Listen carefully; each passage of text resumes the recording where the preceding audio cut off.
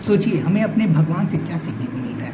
हमें अपने भगवान को आइडल मानना चाहिए, क्योंकि हमारे धर्म में हमारे भगवान से बड़ा आदर्श कोई हो नहीं सकता है। भगवान श्री राम सिर्फ भगवान के नाते हम इनकी पूजा नहीं, उनके आदर्शों पे भी हमें चलना चाहिए, क्योंकि भगवान श्री राम जो हैं वो केवल राम नहीं, वो व्यक्ति के जो व्यक्तित्व होता है, व्यक्तित्व का सबसे बड़ा उदाहरण है कि जीवन में चाहे परिस्थितियां कैसी भी आ जाए। सोचिए कि जो व्यक्ति का अगले दिन राज्याभिषेक होने वाला है, राज्याभिषेक की तैयारी धूमधाम से चल रही है, और उसी बीच रात को कैकेयी ने राजा दशरथ से एक क्रूर वचन मांग लिया, अपने पुत्र भरत को राज सिंहासन और राम को 14 वर्षों का वनवास। सोचिए जिस दिन राम को राजा बनना था उस दिन राम वनवासी हो जाते हैं। और सोचिए अगर आज के ज़माने में लोगों के साथ ऐसा होगा तो वो व्यक्ति अपने पिता को, अपनी माता को बड़े हीन भाव से देखेगा, उनके प्रति अपने मन में द्वेष लाएगा। लेकिन राम ने क्या किया?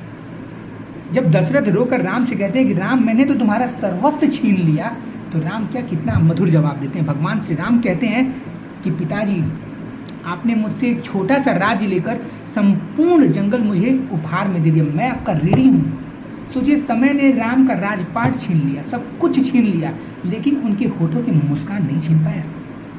सोचिए भगवान श्री राम जो राजा थे उन्हें वनवास जाना पड़ता, और सोचिए उनके वनवास जाने पर उनके वियोग में उनके जो पिता थे वो अपने प्राणों को त्याग देते हैं, राम राम राम राम कह के।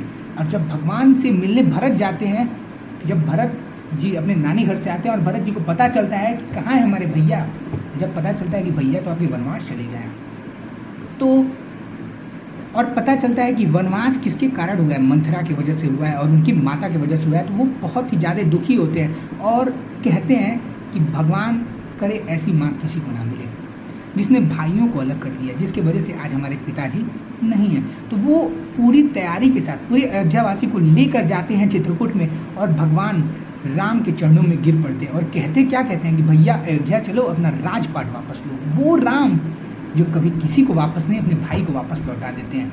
सोचिए भरत जिसे भगवान श्री राम प्राण से भी ज़्यादा मानते थे, अगर भरत उनके प्राण मांग लेते तो भगवान श्री राम खुशी खुशी वो भी दे देते, लेकिन ऐसा वचन वो मांगते हैं कि भगवान राम से कहते हैं कि भैया अयोध्या चलिए और अपना राजपाट वापस लीजिए। वो राम जो कभी किसी को खाली हाथ वापस नहीं लौटाए थे, वो अपने भाई को वापस लौटाने पर विवश हो गए। क्यों?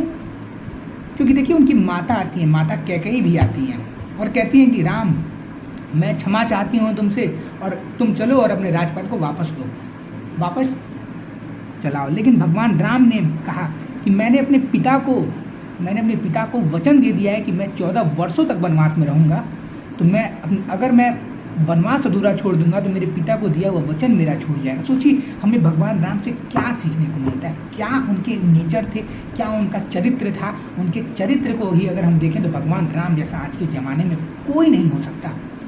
राम सिर्फ एक है, और अगर हम राम बन नहीं सकते हैं तो भगवान राम के द्वारा बताए गए मार्गों पर भी अगर चलें तो मानव जीवन धन्य हो गया, क्योंकि भगवान राम बनना हर किसी के लिए संभव नहीं है। राम बनने के लिए हमारे अंदर समर्पण होना चाहिए, हमारे अंदर त्याग होना चाहिए।